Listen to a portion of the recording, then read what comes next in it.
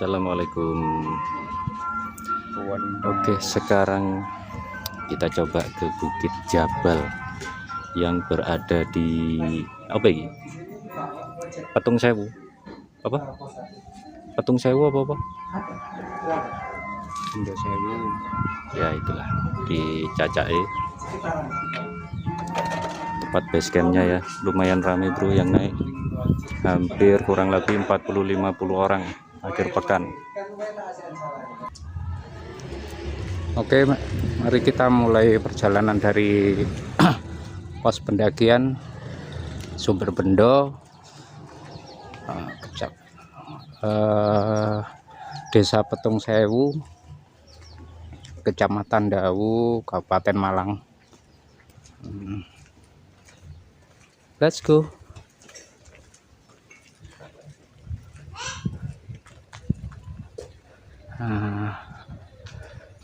Apakah di depan ini yang terlihat di kejauhan adalah Bukit Jabal?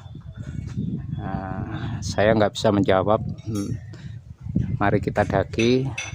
Apakah sesuai dengan pandangan mata? Oke.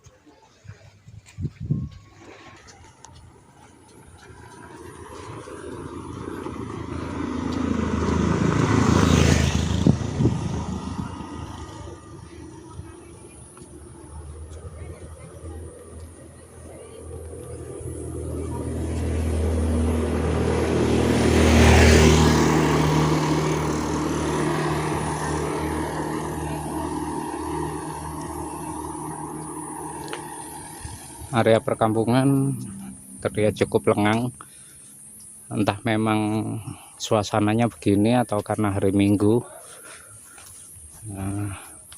Dari awal start kita udah menghadapi jalan kampung yang lumayan menanjak, jadi kami mengingatkan pastikan sarapan dan asupan yang cukup untuk mendaki di pagi hari. Perlu diketahui, Bukit Jabal ini tergolong puncak yang menawarkan pemandangan sunrise. Jadi sebenarnya yang kami sarankan mendaki dengan camping semalam untuk bisa menikmati sunrise pagi hari.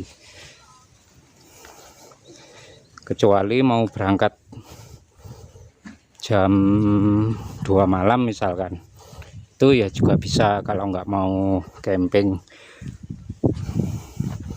jam 2 atau jam 3 lah. Walaupun menurut informasi dari pos, perjalanan ke puncak Jabal ini paling santai itu hanya 3 jam, tapi tak sarankan kalau misalkan mau mendaki malam itu ya lebih pagi. Karena apa? Sunrise kalau dari pegunungan itu jatuhnya lebih pagi. Beda ya dengan sunrise kalau dilihat dari kota atau dari perkampungan yang kadang baru setengah 6 atau bahkan jam 6 itu baru muncul. Kalau di atas gunung atau bukit itu kadang-kadang setengah 5 atau jam 5 itu golden moment. Yang dimaksud golden moment itu momen-momen terindah dari sunrise.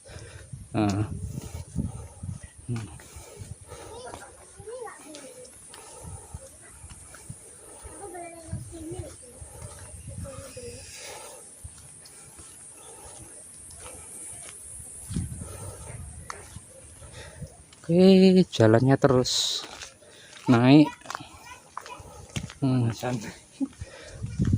Ya, Pemanasan nih. pemanasan. saatnya belajar melatih pernapasan. Justru karena statnya udah seperti ini, jadi kalau kita mendaki, kalau nafas mulai memburu itu jangan berhenti, tapi langkahnya diseragamkan. Maksudnya diseragamkan itu teratur, tapi lebih pelan dulu. Nanti kalau nafasnya udah mulai teratur, baru nambah kecepatan boleh. Tapi usahakan walaupun nafas dan tenaga itu sudah oke, tetap aja mendaki dengan nyantai. Karena apa? Ini masih start, perjalanan kita masih lumayan, jadi kita hemat tenaga. Kalau mau ngebut-ngebutan nanti kalau udah menjelang puncak, oke lah.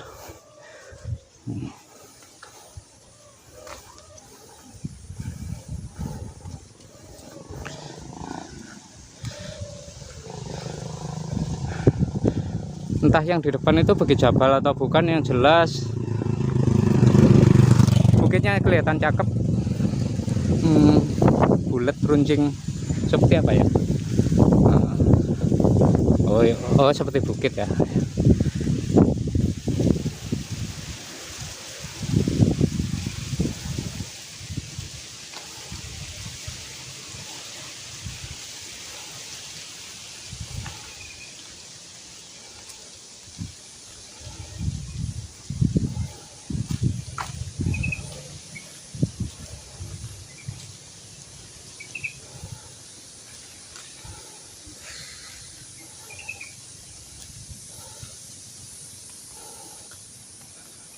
Jadi semakin ke atas ini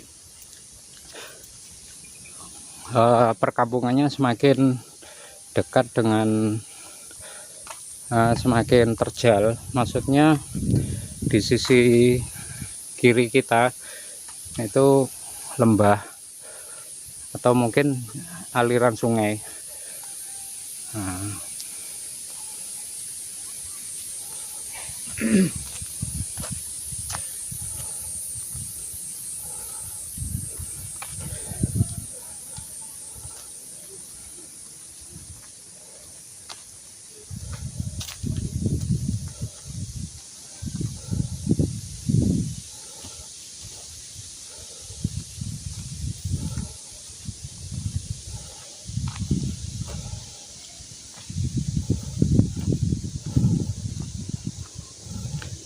Jalan paving berakhir, sekarang mulai masuk ke jalan makadam, jalan batu.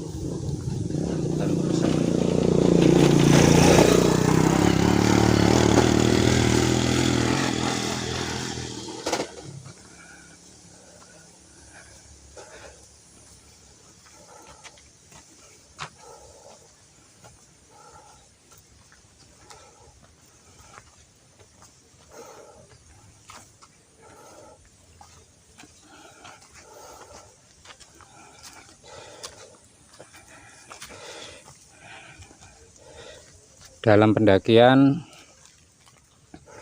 yang terpenting dari berjalan kaki itu adalah ritme, dan ritme ini ada dua, ritme kaki dan ritme nafas. Semuanya itu keduanya berkaitan. Kalau kita bisa menjaga ritme nafas, otomatis penyaluran tenaga ke kaki itu juga lebih teratur. Dan kalau kita bisa menjaga langkah kaki dengan teratur, bagaimanapun jalannya itu juga akan kembali ke ritme nafas. Mungkin kalau poin yang paling mudah prakteknya, jalan dengan langkah pendek. Kalau merasa nafas masih tersengal-sengal, lebih pendek lagi nggak apa-apa. Nah, langkah pendek dengan pelan. Nanti kalau merasa nafasnya sudah lebih teratur, bisa lebih cepat. Oke, let's go. Ini kita mulai memasuki perkebunan jeruk.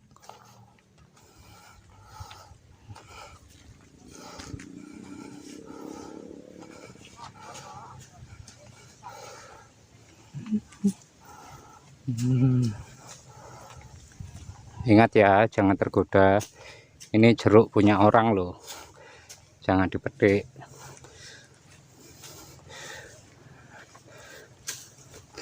Bro, capek? Oh tidak. Nah, cuma nggak bisa berbuat-buat. Tak bisa berbuat apa-apa.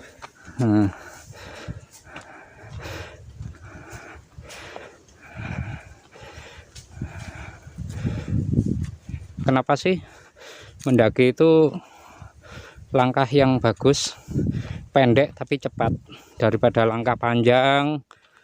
Karena semakin panjang langkah itu tenaga yang dibutuhkan semakin besar. Kecuali yang sudah pengalaman mendaki, oke lah, mau jalan sambil loncat-loncat juga nggak apa-apa. Kalau buat yang masih pemula, cukup langkah pendek kecil. Kalau orang Jawa bilang itu nginclik. Seperti langkah kancil.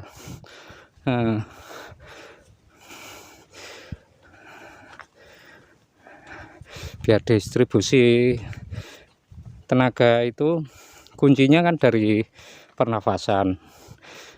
Kalau pernafasan kita teratur, mau jalannya seperti apapun, itu kaki kita masih punya tenaga.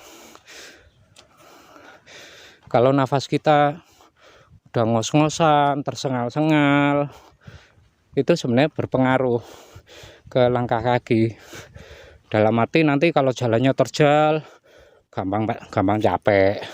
Nanti giliran ketemu bonus, dicepet-cepetin. Enggak gitu, Ferguson. Yang benar itu coba dibiasakan, kalau jalannya terjal, jalannya cepat. Nanti giliran ketemu bonus, jalannya pelan aja. Kenapa pelan? Nah, itu ada maksudnya. Kalau kita jalan pelan, itu juga setengah istirahat. Loh, kok bisa istirahat? Soalnya gini, jadi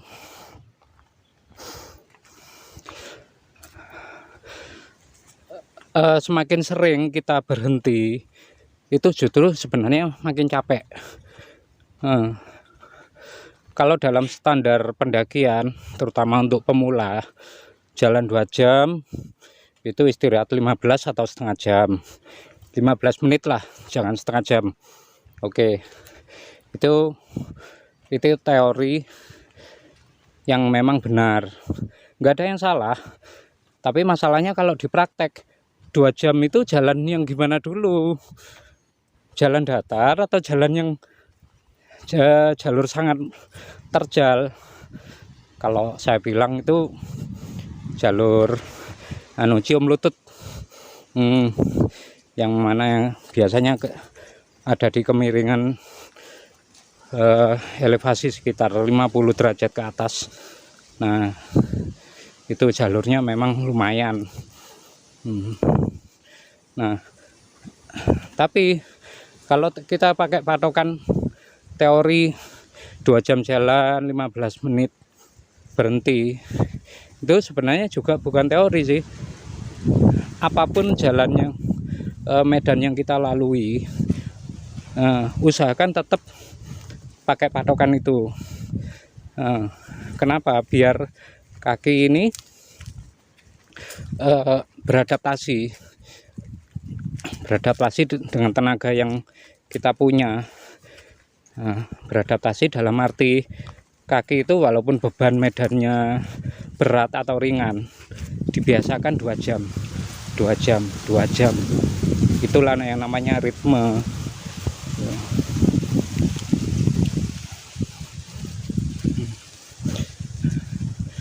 Nah, balik ke soal istirahat.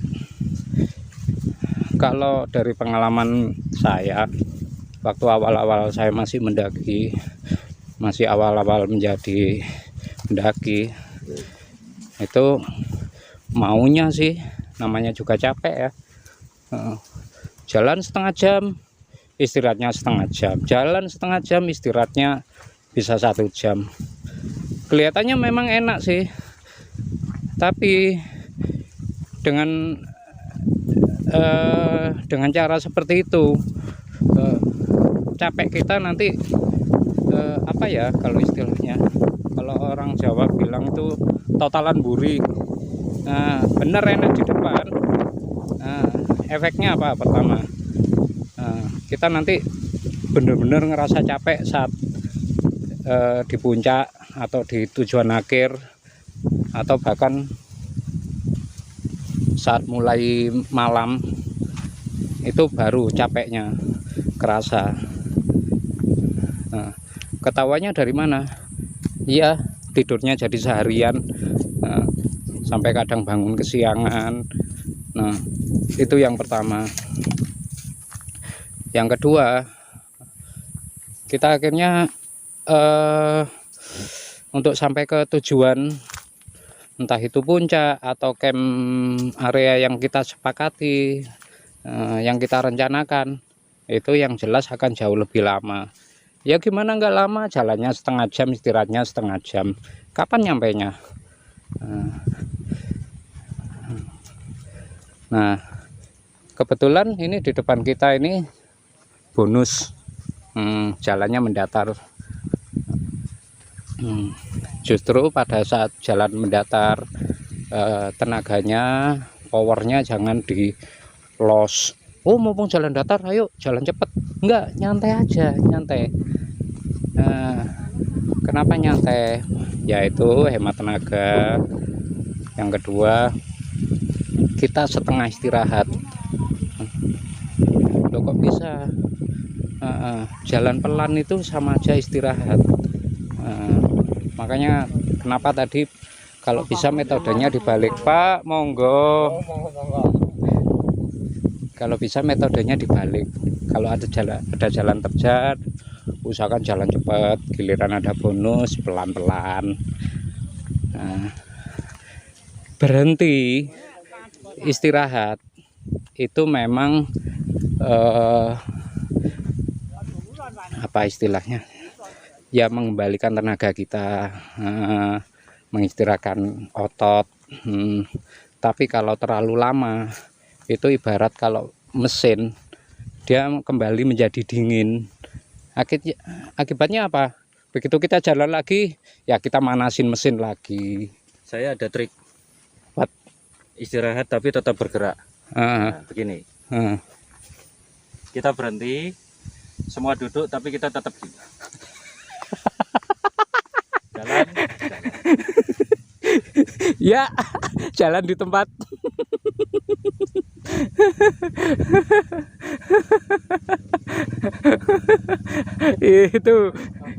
itu padahal kemarin bercandaan kita itu.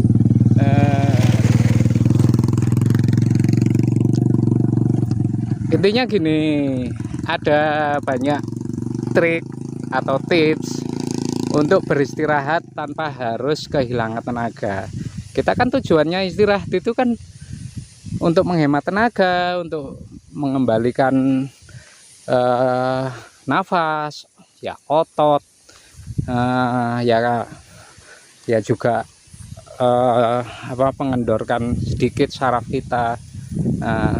Tapi kalau terlalu lama, itu efeknya ya kita balik dari nol lagi, seperti mesin yang udah panas, akhirnya jadi manasin lagi, kita akhirnya capek lagi dari awal, kembali seperti settingan default, settingan pabrik. Jadi gini, minimal kalau istirahat, kalau berhenti, oh sebentar, aku tak berhenti, capek, nafasku nggak kuat, atau kakiku tegang, atau kram, jangan duduk. Nomor satu, itu dulu. Pemandangannya cerah pakai banget, dan beberapa awan parkir. Itu di kejauhan sebelah kanan ini, kalau saya nggak salah ingat atau salah orientasi ya, sebentar, oke, kita turun dikit. Nah, itu yang sebelah kanan itu Gunung Panderman, tak benar atau enggak? Gunung yang dulu paling sering tak daki, gunung untuk pendaki pemula atau untuk refreshing, gunung tektok, gunung having fun, having fun dalam arti yang positif ya. Oke. Nah, coba perhatikan langkah bos kita di depan ini. Nah, dia jalan turun tapi tetap nggak dienakin-enakin turun pakai langkah jerapah, tetap dengan langkah semut, menghemat tenaga dan juga setengah istirahat. Wow, keren. Ya, bentar tak ngelanjutin ceramah soal istirahat tadi. Jadi istirahat itu poinnya, kita yaitu tadi untuk menormalkan nafas, otot, saraf, ya tegang, ya rasa capek, sungai periodik, hati-hati jangan melintas saat banjir. Saya sedikit bingung dengan istilah sungai periodik ini. Sebenarnya kalau dalam KBBI itu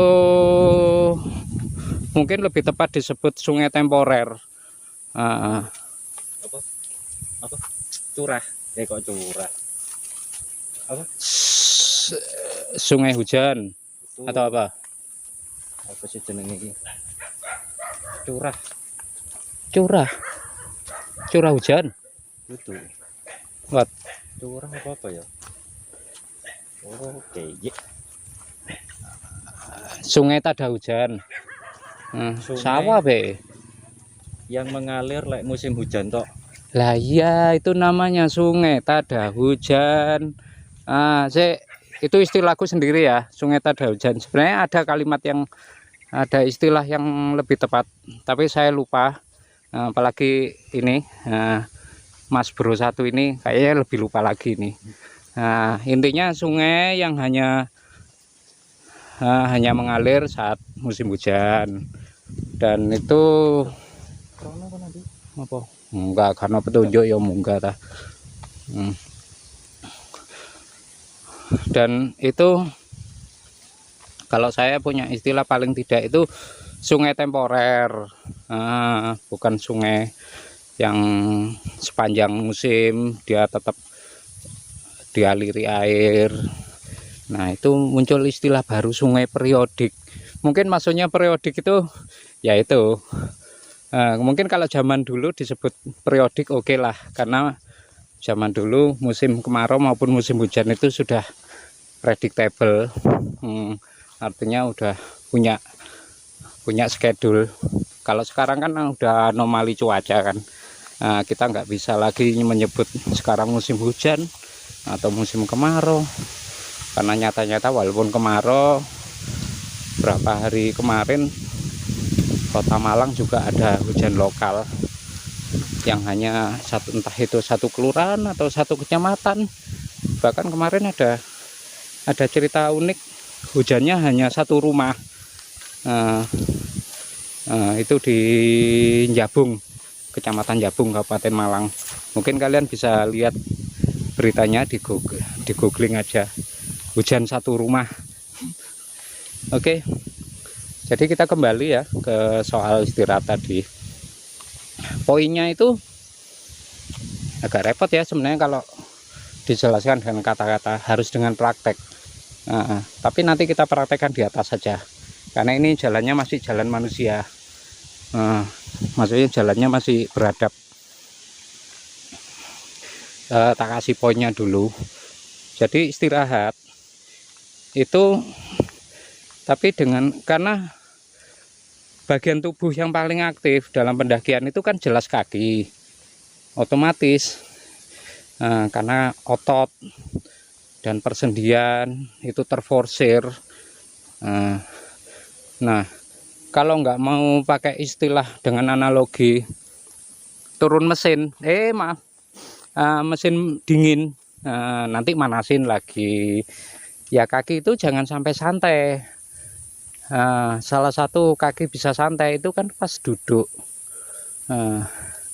Jadi yang benar istirahat itu setengah rebah, tapi kaki dengan tetap posisi terbeban. Jadi gini. Bener. Nah ini Ya. buat kalian yang udah sering nonton konten-konten pendakian, itu rata-rata kalau pendaki begitu istirahatnya. Jadi tangan bertumpu ke lutut, berdiri entah Kok embong. Kok embong tuh. enggak, tetap berdiri. Mungkin kalian bertanya, berdiri terus kan capek bang.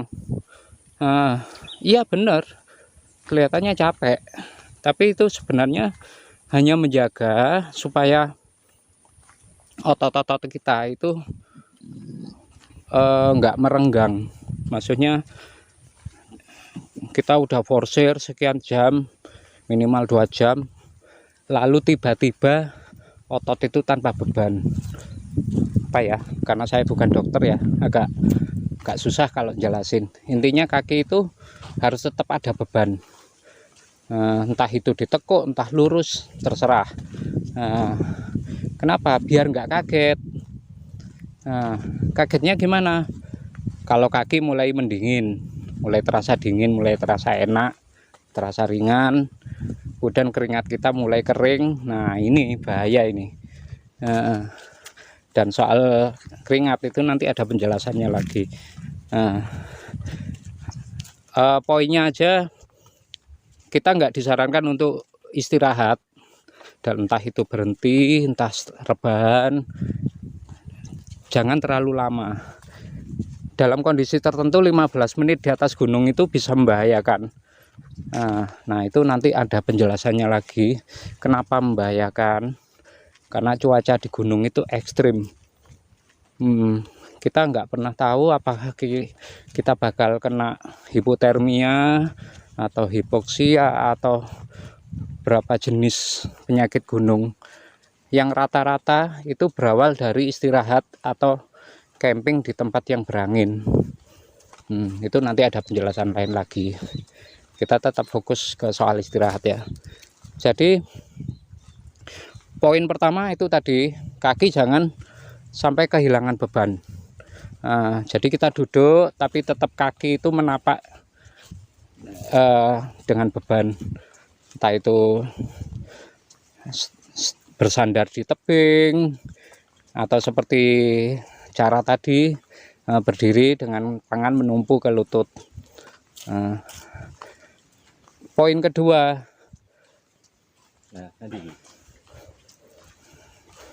nah ini ada pertanyaan bagus ini dari Pak Bro ini. Kalau ada 2 jalur yang bercabang harusnya kemana? Nanti tak jelaskan. Poin kedua, keringat kita jangan sampai kering kembali. Patokannya dari situ. Ini juga ada kaitan soal keselamatan, dalam arti itu tadi yang sempat tak sebut, mountain sickness, penyakit gunung. Nah patokannya itu, kalau intinya kalau keringat kita udah terasa kering atau terasa dingin, artinya apa? kita terlalu lama istirahatnya. Jadi usahakan tetap berkeringat, usahakan keringatnya tetap hangat, tetap panas di tubuh. Yuk kita jalan lagi, gitu aja. Sama seperti analogi manasin mesin tadi. Kalau mesinnya udah keburu dingin, ya dia butuh tenaga lagi untuk memulai perjalanan. Demikian juga tubuh manusia, apalagi ini dalam rangka pendakian. Oke, untuk sementara penjelasan tentang istirahat dan jalan diakhiri dulu. Mari kita nikmati terus pemandangannya.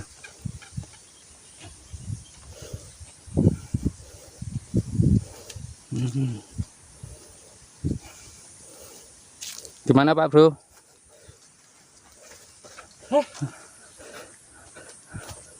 Jempol beneran atau jempol-jempolan itu? 3 jam ya. 3 jam nyantai. Tasnya capek enggak? Oh ya wes. 9. Hah? 9 lebih 10. Start. Ya. Oke. Anggap aja jam 12. Loh. Nyampe. 9 lebih. Oh. Ya mau tak delok ini budal jam 09 lebih titik.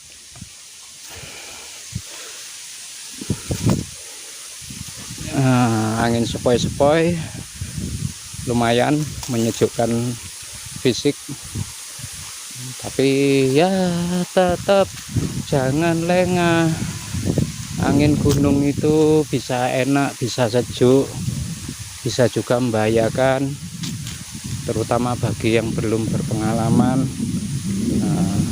Nah, kalau istilah belum berpengalaman, saya nggak pernah meremehkan siapapun Anda, entah Anda itu udah belum pernah naik gunung atau kalian udah pernah ke Everest, karena lengah itu tidak mengenal usia. Dan karena nggak sedikit kasus kematian atau kecelakaan yang menimpa pendaki senior sekalipun. Nah, ngomong soal statistik kecelakaan di gunung atau insiden atau kematian, itu dari berbagai info maupun dari pengalaman pribadi. Info salah satunya infonya dari tim SAR atau relawan gunung, volunteer. Itu statistik terbesar 90% karena kesalahan manusia, bukan karena faktor alam. Lah kok bisa? Karena sifat dasar manusia itu simpel kok sebenarnya. Mereka akan merasa aman, mereka akan lengah saat merasa aman. Tuh, poin 1. Poin 2. Sebaliknya,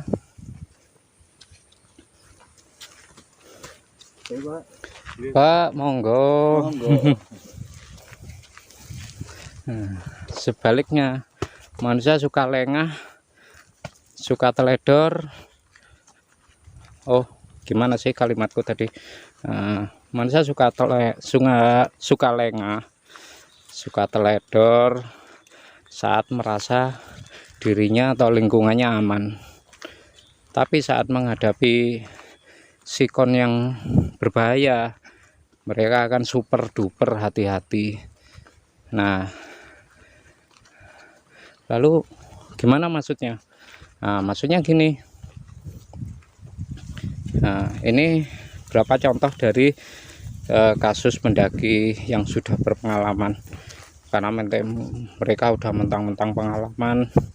Oh, udah biasa naik gunung, nggak usah bawa ini, nggak usah bawa itu, kan udah biasa. Oke, bener. Tapi faktor alam itu kan unpredictable, nggak bisa ditebak.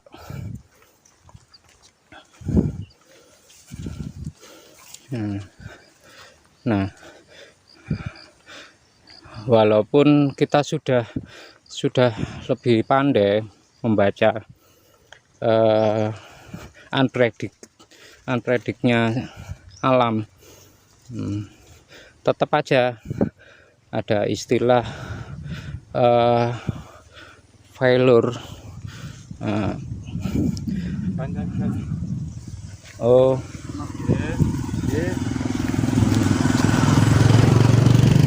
ya, sejenak dilewati warga setempat, sepertinya habis panen sesuatu itu tadi. Kalian tadi lihat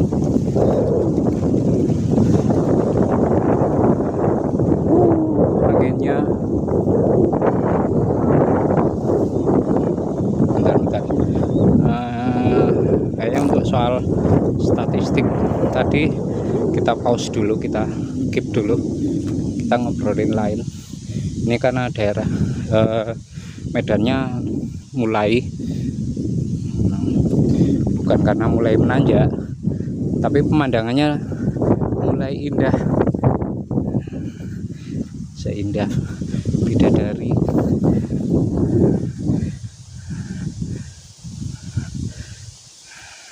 Kita dari tadi jalan berapa menit ya? Kayaknya sekitar setengah jam atau 40 menitan. Nah, ngobrolin soal perjalanan di gunung ini ada yang asik dibahas.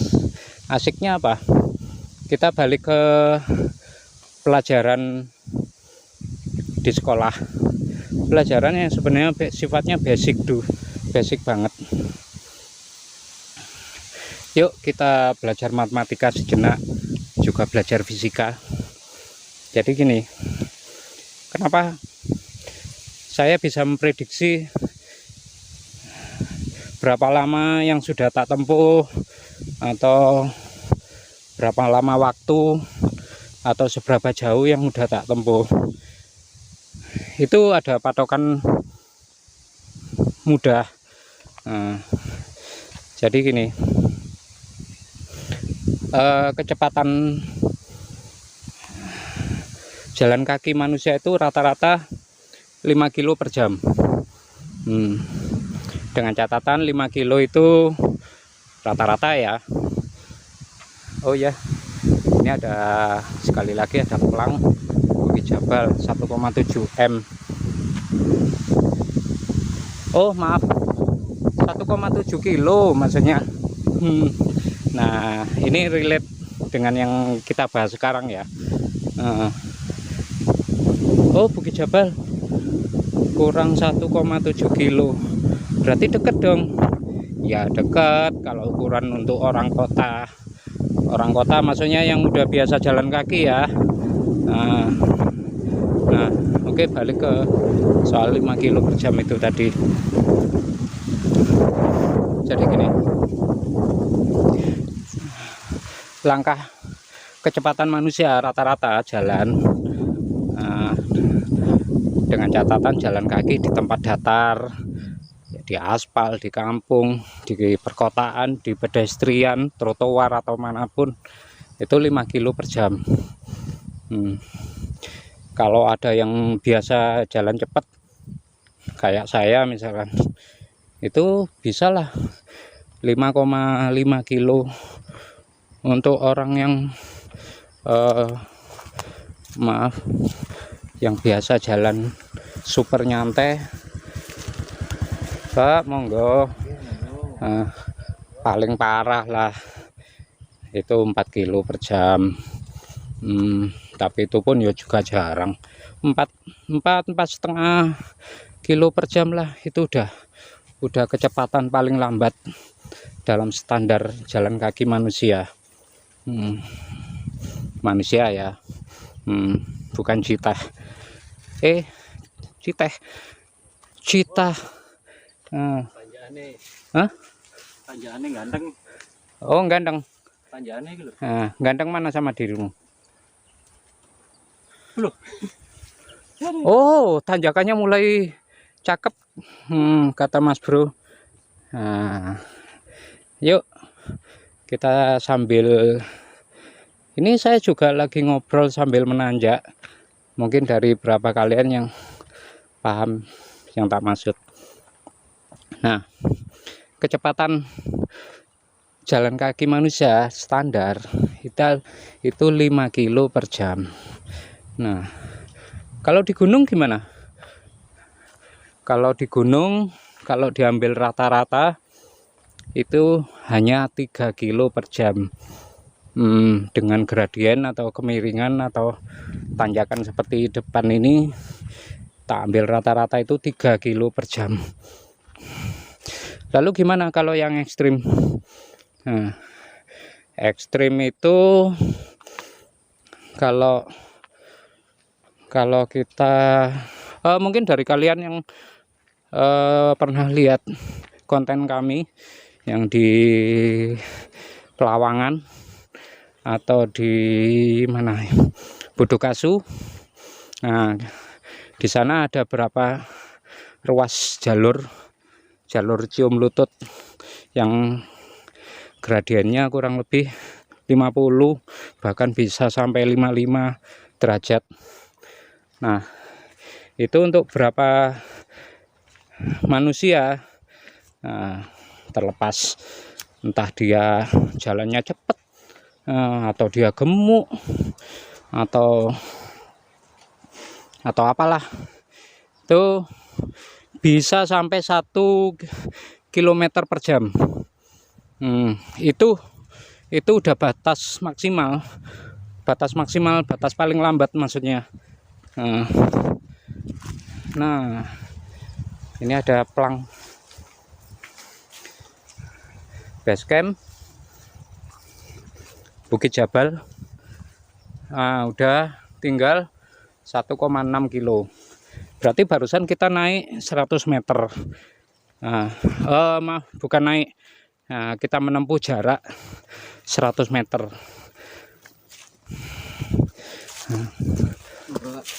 Ya, kalau kita ngomong naik, mungkin dari kalian yang masih ingat rumus Pitagoras, jarak 100 meter dengan gradien sekian derajat, nanti bisa ketemu speednya berapa kilo per jam. Mudah-mudahan saya nggak salah ingat ya. Apa benar memang rumus Pitagoras? Monggo, mungkin kalian bisa komen di bawah. Nah, oke, balik lagi ke soal kecepatan. Jadi gini, kita ambil sampel kecepatan manusia standar 5 kilo per jam. Kecepatan paling ekstrim di gunung itu 1 kilo per jam. Artinya kalau diambil rata-rata, ini tadi saya, maaf, kok bilang saya, kami sampai hampir lupa ini. Nah, itu yang jalan di belakang itu. Kita udah jalan 45 menitan. Berarti kita udah menempuh berapa? Sekitar 4 kiloan. Ya, 4 kilo kalau di kota.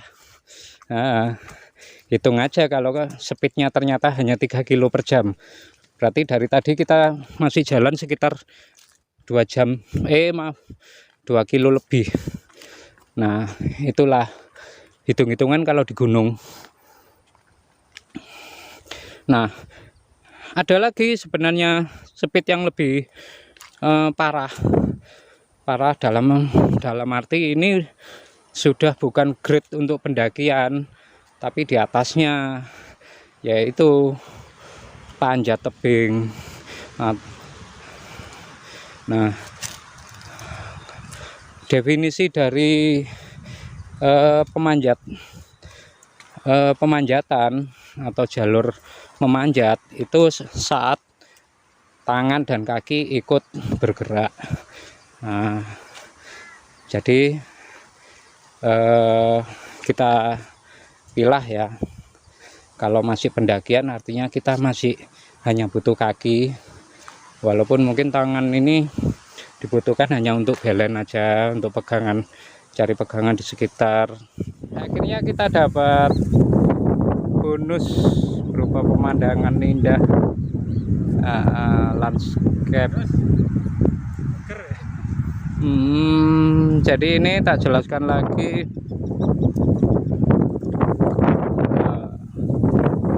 Kita sekarang lagi menghadap arah utara, yang mana di kejauhan itu adalah Gunung Arjuna, kemudian puncak kecil yang terlihat menyembul itu adalah Gunung Panderman. Sedang sebentar. Sedang di belakang kita ini perbukitan yang jadi latar depan dari Gunung Puncak Kawi. Gimana kita harus istirahat? Jadi kaki jangan sampai apa istilahnya? Jangan sampai ringan. Kita harus tetap menapak, harus tetap bertumpu. Jadi ada beban. Sayangnya di sini nggak ada tebing ya, nggak ada tebing atau tempat yang bisa untuk setengah bersandar.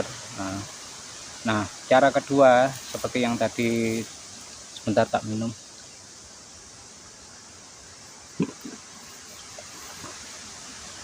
Cara kedua yaitu udah gini. Berarti aja. cara golek duit. Kenapa gini? Istilahnya dengan tangan ada di lutut itu ya sedikit setengah memijat. Beberapa pendaki ngomong gitu. Yang kedua karena kita biasa bawa carrier, jadi mendistribusikan beban carrier ini ke punggung, bukan lagi ke pundak. Jadi gini, ya udah gini aja sampai 5 menit 10 menit atau terserah. Yang jelas jangan sampai keringat dingin, jangan sampai tubuh kita kembali dingin atau sejuk. Segera kita lanjutkan pendakian. Oke.